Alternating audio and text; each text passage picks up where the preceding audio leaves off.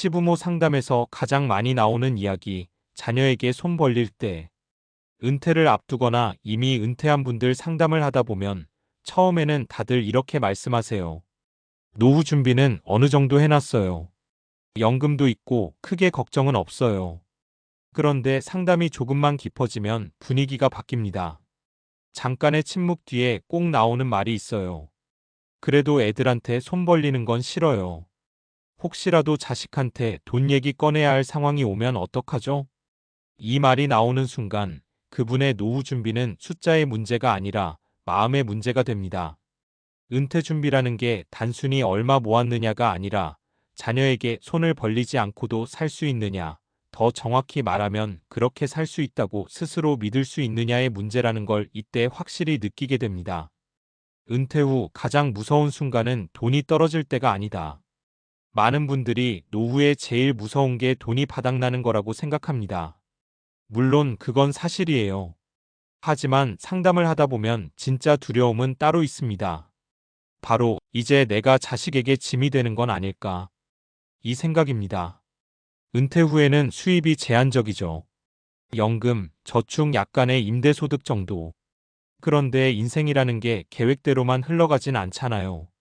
예상보다 오래 사는 경우, 갑작스러운 병원비, 배우자의 건강 문제, 물가 상승. 이런 일이 하나만 터져도 마음속 계산기가 빠르게 돌아가기 시작합니다. 이러다 정말 애들한테 돈 얘기해야 하는 거 아니야? 이 순간부터 노후의 자존감이 흔들립니다. 돈이 부족해서가 아니라 손을 벌려야 할지도 모른다는 생각 자체가 사람을 작게 만들기 때문이에요. 자녀에게 손 벌리는 문제는 돈보다 관계의 문제다. 많은 시부모 상담에서 공통적으로 나오는 말이 있습니다. 애들이 안 도와주겠다는 건 아닌데요. 도와준다고 해도 마음이 편치가 않아요. 왜 그럴까요? 자녀에게 돈을 부탁하는 순간 관계의 균형이 바뀌기 때문입니다. 부모와 자식이라는 관계가 어느 순간 도와주는 사람과 도움받는 사람으로 바뀌는 거죠. 특히 며느리, 사위가 있는 경우에는 더 복잡해집니다. 괜히 눈치 보이게 되고 말 한마디도 조심스러워지고 우리가 이 집에 민폐 끼치는 건 아닐까라는 생각까지 하게 됩니다. 그래서 많은 분들이 이렇게 말씀하세요. 차라리 아껴 쓰고 말지 애들한테 손 벌리느니. 사례 1. 연금은 있는데 병원비가 문제였어요. 첫 번째 사례입니다. 60대 후반의 A 어르신은 국민연금과 개인연금을 합쳐 매달 일정한 수입이 있었습니다. 본인도 나는 준비 잘한 편이라고 생각하셨죠. 문제는 배우자의 병이었습니다. 정기적인 치료비, 비급여 항목, 간병비까지 겹치면서 한 달 지출이 눈에 띄게 늘었습니다. 처음엔 저축을 깼고 다음엔 보험 해약을 고민했고 마지막으로 떠오른 생각이 이거였다고 합니다. 아들한테 말해야 하나. 하지만 결국 말하지 않으셨습니다. 그 대신 생활비를 극단적으로 줄이고 병원 갈 때마다 마음이 무너졌다고 하셨어요. 돈이 없어서가 아니라 자식한테 기대야 하는 상황이 오는 게 너무 무서웠어요. 이분에게 은퇴 준비의 실패는 돈의 문제가 아니라 위험을 대비한 설계의 부재였습니다. 사례 2. 한 번 빌리면 계속 빌리게 되더라고요. 두 번째 사례는 조금 다른 이야기입니다. 70대 초반의 B 부부는 은퇴 후 생활비가 빠듯해졌고 한 번은 명절을 앞두고 아들에게 생활비를 빌렸습니다. 아들은 흔쾌히 줬습니다. 부모님인데 뭐 어때요? 문제는 그 다음부터였습니다. 마음속 장벽이 한 번 무너지니까 두 번째는 훨씬 쉬워졌다는 겁니다. 이번 달만 좀 도와줘라. 다음 달 연금 나오면 갚을게.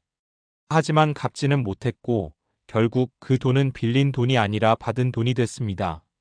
그러면서 부부 사이에서도 말이 줄고 아들 집에 가는 것도 점점 불편해졌다고 합니다. 돈 몇 푼이 문제가 아니라 내가 부모로서 설 자리를 잃은 느낌이었어요. 사례 3.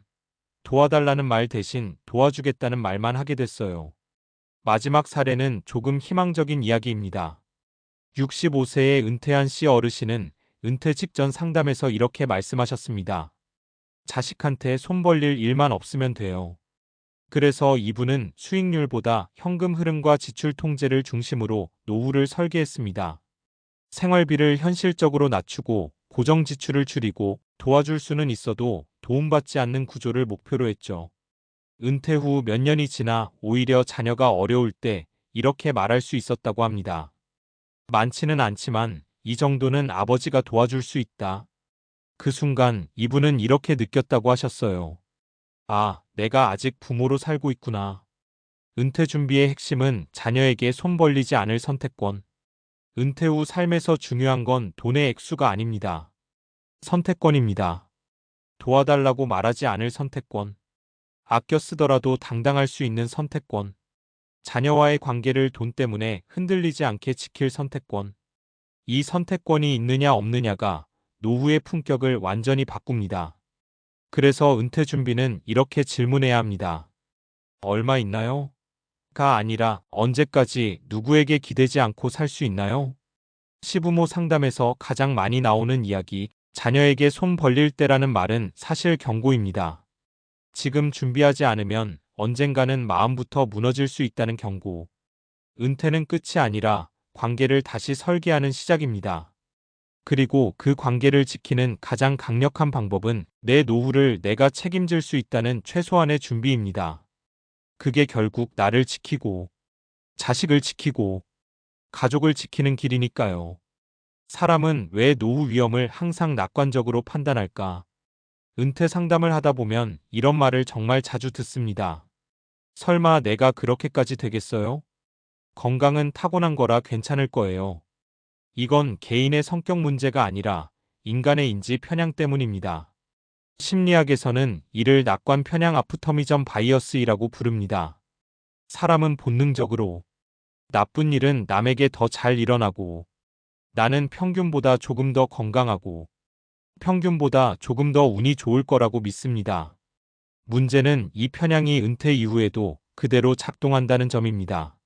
하지만 통계적으로 보면 은퇴 후 의료비는 나이가 들수록 기하급수적으로 증가하고 80세 이후에는 본인이 예상한 의료비의 23배가 드는 경우가 흔하며 한 번의 큰 병이 노후 자산 구조를 완전히 바꿔놓는 경우가 매우 많습니다. 즉, 자녀에게 손을 벌리게 되는 이유는 계획을 안 해서가 아니라 위험을 과소평가했기 때문입니다. 돈보다 먼저 무너지는 건 통제감이다. 뇌과학적으로도 흥미로운 연구 결과가 있습니다. 사람은 돈이 줄어드는 것보다 통제권을 잃는 상황에서 더 큰 스트레스를 받습니다. 자녀에게 손을 벌리는 순간이 왜 그렇게 괴로운지 아세요? 그건 단순히 돈 때문이 아니라 언제 도움을 받을 수 있을지 모르고 얼마를 써도 되는지 눈치를 봐야 하고 결정권이 나에게 있지 않다고 느끼기 때문입니다. 이를 심리학에서는 통제 상실 감로스 어브 컨트롤이라고 합니다. 이 감정이 반복되면 우울감, 무기력, 관계 회피로 이어질 확률이 높아집니다. 그래서 실제로는 돈이 조금 부족한 노인보다 자녀에게 의존하고 있다고 느끼는 노인의 삶의 만족도가 더 낮습니다. 은퇴 준비의 과학적 핵심은 총자산이 아니다. 많은 분들이 아직도 은퇴 준비를 이렇게 생각합니다. 얼마를 모아야 안전할까? 하지만 재무학에서는 이미 답이 나와 있습니다.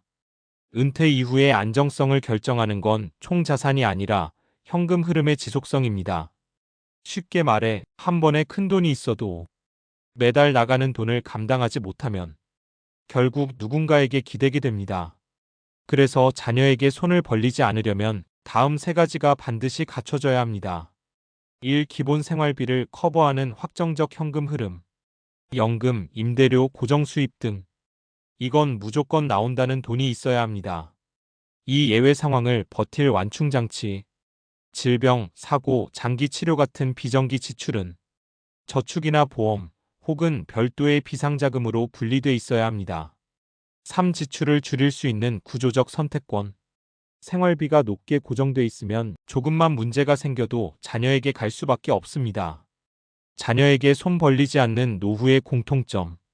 지금까지 상담했던 분들 중 실제로 자녀에게 손 벌리지 않고 노후를 보내는 분들에겐 공통점이 있습니다. 생활 수준을 은퇴 전 기준으로 잡지 않는다. 체면보다 구조를 먼저 생각한다. 혹시를 기준으로 계획한다. 자녀를 노후 계획에 넣지 않는다. 이분들은 자녀를 냉정하게 대하는 게 아닙니다. 오히려 반대입니다. 자녀와의 관계를 지키기 위해 의존하지 않으려는 선택을 한 겁니다. 결국 은퇴 준비는 돈의 문제가 아니라 태도의 문제다. 자녀에게 손 벌리는 순간을 막는 가장 확실한 방법은 나는 그럴 일이 없을 거야 라고 믿는 게 아닙니다. 오히려 이렇게 생각하는 겁니다. 그럴 수도 있다. 그래서 미리 막아두자. 은퇴 후 삶은 길고 변수는 많고 우리는 생각보다 약해집니다. 그래서 진짜 성숙한 은퇴 준비는 자녀에게 이렇게 말할 수 있는 상태입니다. 너희 인생은 너희가 살아. 아버지, 어머니 인생은 우리가 책임질게. 이 말 한마디를 지킬 수 있는 준비, 그게 바로 자녀에게 손 벌리지 않는 노후의 본질입니다.